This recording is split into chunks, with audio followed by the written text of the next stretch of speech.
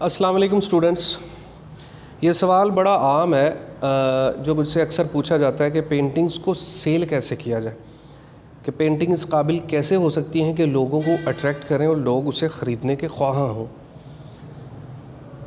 अब बहुत से स्टूडेंट्स हैं, बहुत से शौकीन आर्टिस्ट्स हैं जो घरों में बैठ के, अपनी गैलरी में बैठ के, कॉलेज यूनिवर्सिटीज़ में बैठ के पेंटिंग्स बनाते हैं, मगर सालों साल उनके पास पड़ी रहती हैं।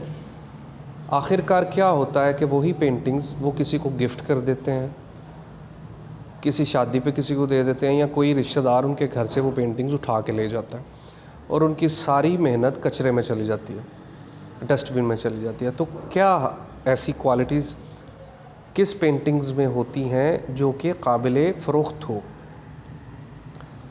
देखिए, हर पेंटर और आर्टिस्ट ये चाहता है कि उसका आर्ट वर्क फ़रोख्त हो और उसने जो मेहनत की है, जो मटेरियल यूज़ किया है, उसकी उजरत उसे मिले ताकि वो मज़ीद काम करने के काबिल हो।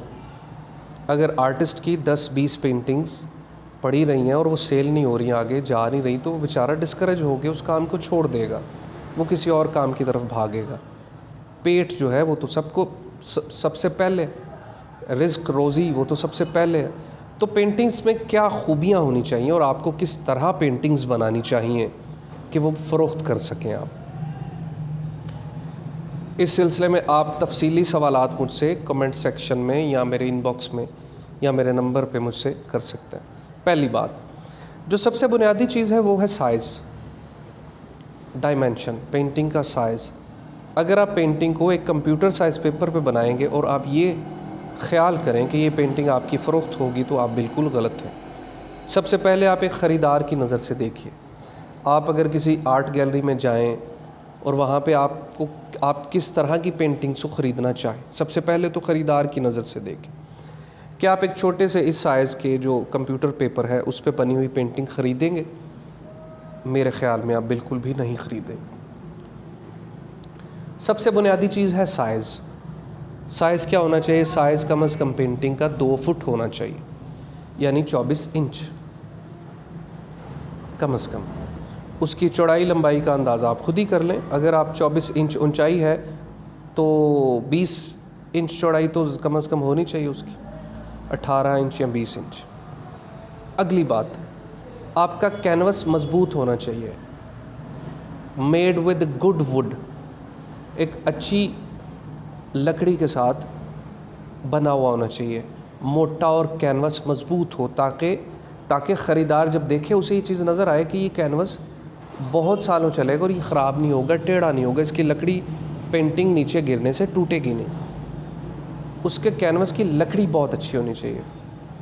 नंबर 3, कैनवस का कपड़ा बहुत ज़्यादा टाइट होना चाहिए, अच्छा होना चाहिए, मोटा होना चाहिए। कैनवस का कपड़ा जब आप मार्केट से ख़रीदने जाते हैं उसमें बहुत सी क्वालिटीज़ होती हैं, अच्छी क्वालिटी वाला कैनवस का कपड़ा ख़रीदिए।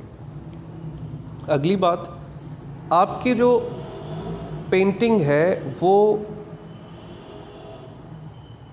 उसके ऊपर प्रॉपरली वार्निश्ड हो, यानी जब पेंटिंग आपने कर ली, ऑयल पेंटिंग, तो वो सूख गई तो उसके ऊपर आपका वार्निश हुआ ज़रूरी है ताकि उसकी उम्र बढ़ जाए।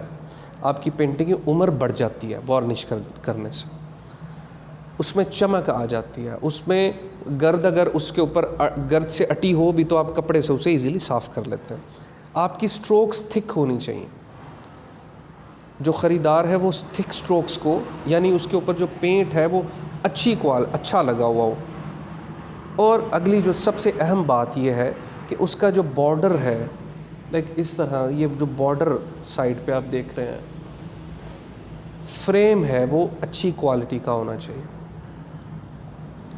जब ये खूबियाँ आपकी पेंटिंग में होंगी तो आपकी पेंटिंग काबिल फ़रोख्त होगी और आप अपने ख्वाहिश के मुताबिक कीमत तलब कर सकते हैं। और सबसे अच्छी बात जो मैं आखिर में बता रहा हूँ आपको, आपकी पेंटिंग बनी हुई अच्छी होनी चाहिए, आइडिया और थीम अच्छा हो, कलर्स अच्छे हों, कलरफुल पेंटिंग हो, उसके कलर्स अट्रैक्ट करें।